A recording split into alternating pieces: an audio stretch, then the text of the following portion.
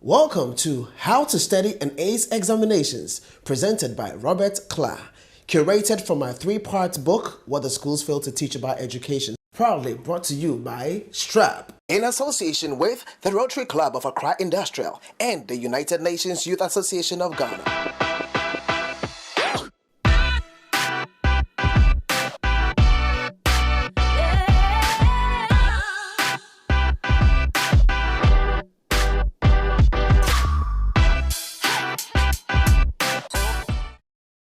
Previously in this course, we looked at study technique, that is effective ways of learning with comprehension.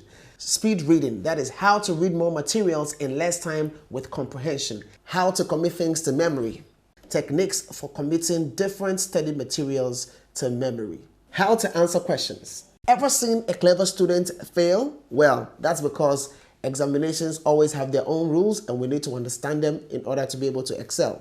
In this session, we are going to learn reasons why students exclaim, "It is difficult!" Our interest is not just the problems, but the hidden reasons why people exclaim it is difficult. Session 5. Reasons why students exclaim, "It is difficult!" There are obvious reasons why students face difficulty, and we know them. But then again, there are some hidden reasons why people face difficulties, and the reason why I'm saying that is because they actually go to class, they participate in classwork, they study, and yet they still have challenges. Just education just becomes tough for them. The studies just becomes tough. And these are hidden reasons. So these reasons can give proper wahala. And that is what we want to discuss in this particular chapter. Hidden reasons why students have difficulty. In part 3 of my book, What the Schools Fail to Teach About Education, I share 13 reasons why students exclaim it is difficult. But here, we're going to discuss 4. So if you're ready to learn, then I'm ready to teach. Let's go. 1. Problem with the word difficult. So it is easy for people to term a particular subject or course difficult. It happens all the time. All right. So if I'm facing difficulty and somebody else comes to say, Charlie, sympathy votes, I'm also facing difficulty, then we sort of like, hey, if we don't take care, we just agree that this subject is difficult. But some of the subjects you usually hear that are difficult is chemistry, mathematics, and a few others. All right. And for those who say it's difficult, there's absolutely nothing wrong. What is wrong is when people say something is difficult, but give a different meaning to it. So when something is difficult, then we are trying to say it's involving, it's challenging, it's tasking, and so it will require more time to be able to address, more time to be invested to be able to overcome whatsoever it may be. But when we now interpret difficult to mean impossible, that's where the problem happens. So what that means is that your mind is locked. No matter what happens, you sit in a math class and you already go to the class with knowing that you are probably going to learn only 20%. And then you struggle and struggle and struggle and come out, and then everything just affirms and confirms that it's difficult. So you feel like giving up. So your mind is closed. No, difficult is not equal to impossible. Difficult simply means that it is challenging. So please, the first thing you need to do is to evaluate whether you are interpreting difficult as impossible. Because if that's the case, then your mind is shut. You need to open it up and understand that it's not the same. And if it is difficult, it is something that can be surmounted. You need to invest more time, because when you do, things will change.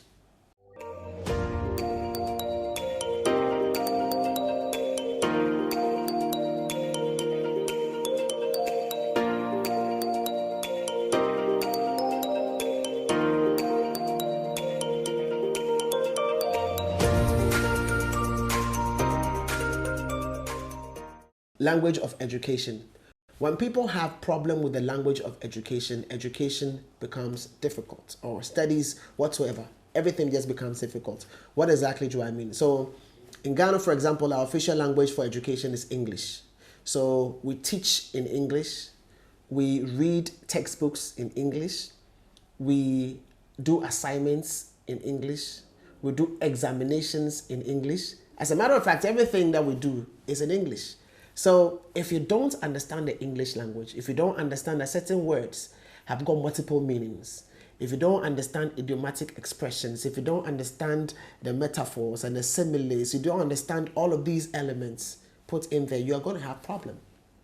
You need to understand and have your grammar on point, composition, and that every aspect of your English has to be on point, because that's the language we use in learning. Okay, so I hear some people say, but why aren't we using like our local languages? So should we use Ewe? If we do, Ewe is going to become a second language to the Akans. Should we use Twi because that's the most popular language? Well, it's still going to be a second language to the rest of the people in this country. And English is already a second language and it's suffering. Okay, so you're making a case. Maybe you want us to use a local language. I get you. But just help me out. How are we going to call pen drive in Twi? How are we going to call computer BIOS in Twi? How are we going to call inflation? How are we going to just give me different names? You would realize that our local languages is failed to match up in terms of language richness when it comes to the things happening in this world at the moment. So it is difficult to be able to use a language that's not growing, to be able to teach people or a generation that is running at the speed of light when it comes to growth and development. So that is not going to happen. So let's just get back to the English conversation. English is the formal language for everything education in this country. You have no choice but to make it to work for you. Otherwise, you are going to have a lot of problems with education.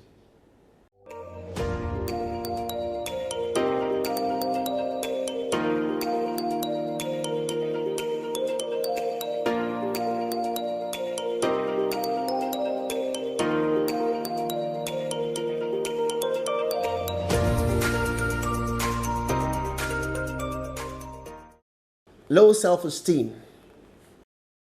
That's one of the biggest problems we also have when it comes to education. And usually its impact is felt, but it's difficult to be able to tell that that is a problem.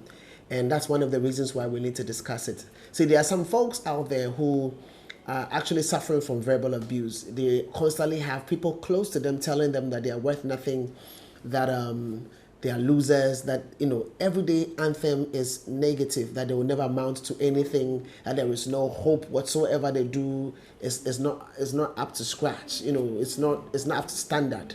And so because of that, these people have low self-esteem, and this affects their approach to life, anything whatsoever. So when they face any form of difficulty or challenge, they are not even having the strength, or they cannot tap into their inner strength to be able to actualize any positivity or growth or advancement or the ability to conquer and forge on very strong. So this is important. We need to be able to understand that low self-esteem counts negatively, and we have to be able to deal with it. All right. Now, sometimes it's not even from your close folks telling you all of these negative stuff, but sometimes it's just in your family. You look around and there seems to be nothing great happening in your family. So you actually feel like, oh, you cannot amount to anything, because probably you are the first in your family learning or studying or dreaming of going to the university. Your parents don't have formal education, or your siblings didn't do well, they are dropouts. Any of these stories over a particular period of time can just get you believing that you cannot amount to anything. And they say faith come by hearing. So you keep on hearing the negative, you keep on seeing the negative, and all of these things are just, making you believe that you will never amount to anything. I want to speak to you right now. If you are not going to get rid of this negativity, really, you might just never be able to achieve anything worth your while in life. So here's a challenge for you. You need to be able to deal with this yourself. You need to be able to get into your inner self and understand that every human being out there has been endowed with the capability to be able to achieve and become something great, starting with conquering your education and getting great A's or getting great A's from your education. So get into that particular mode, hold positive mentality about yourself, and begin to activate that positivity, and things are going to change. I'd like to read a particular quote from Ben Carson for you. And this is what he said. There is no such thing as an average human being. If you have a normal brain, you are superior. So nobody's superior to you. When you get into the classroom, it's a level ground, level playing field. Don't let your background come into the situation or equation. You can make it. Believe it, pursue it, hold on to that thought and do your best, and you're going to achieve much.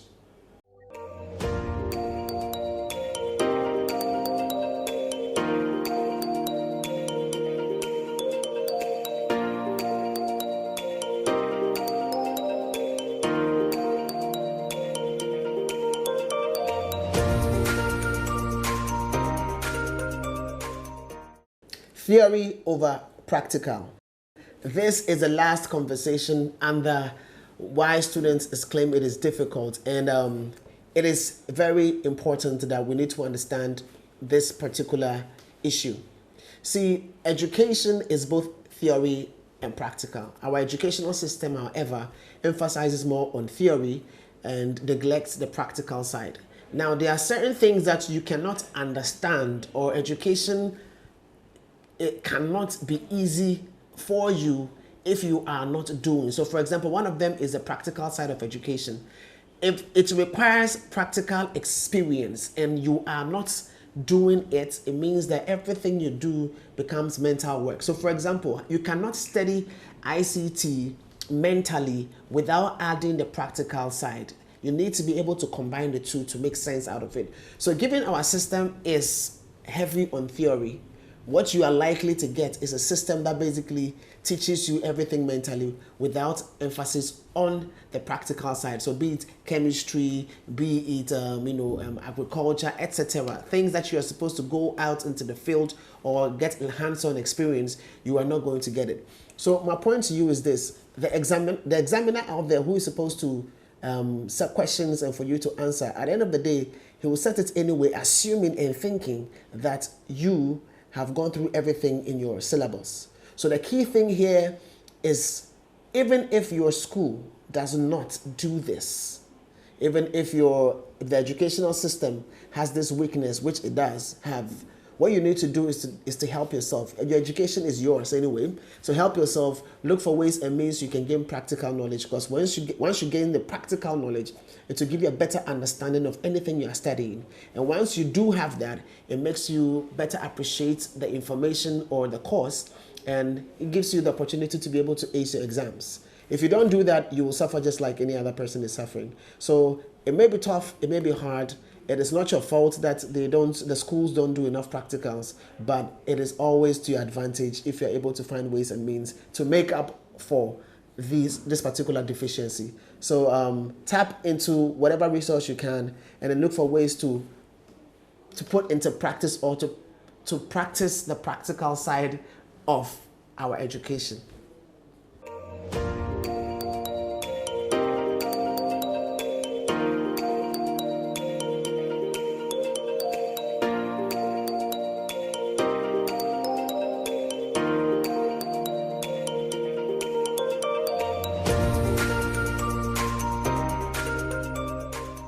To recap, reasons why students exclaim, "It is difficult!"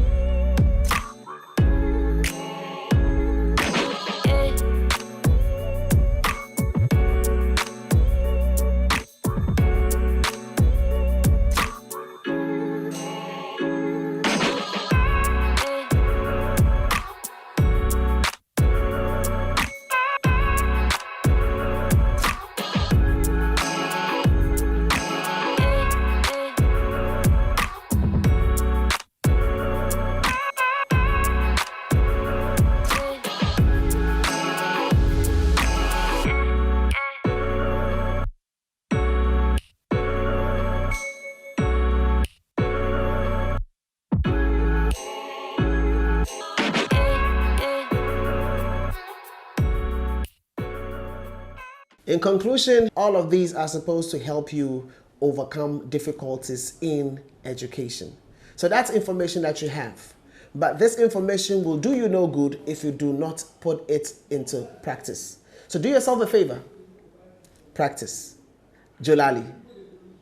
Thank you for participating in the course How to Study and Ace Examinations, presented by Robert Klah, curated from my 3-part book, What the Schools Fail to Teach About Education, proudly brought to you by Strap, in association with the Rotary Club of Accra Industrial and the United Nations Youth Association of Ghana.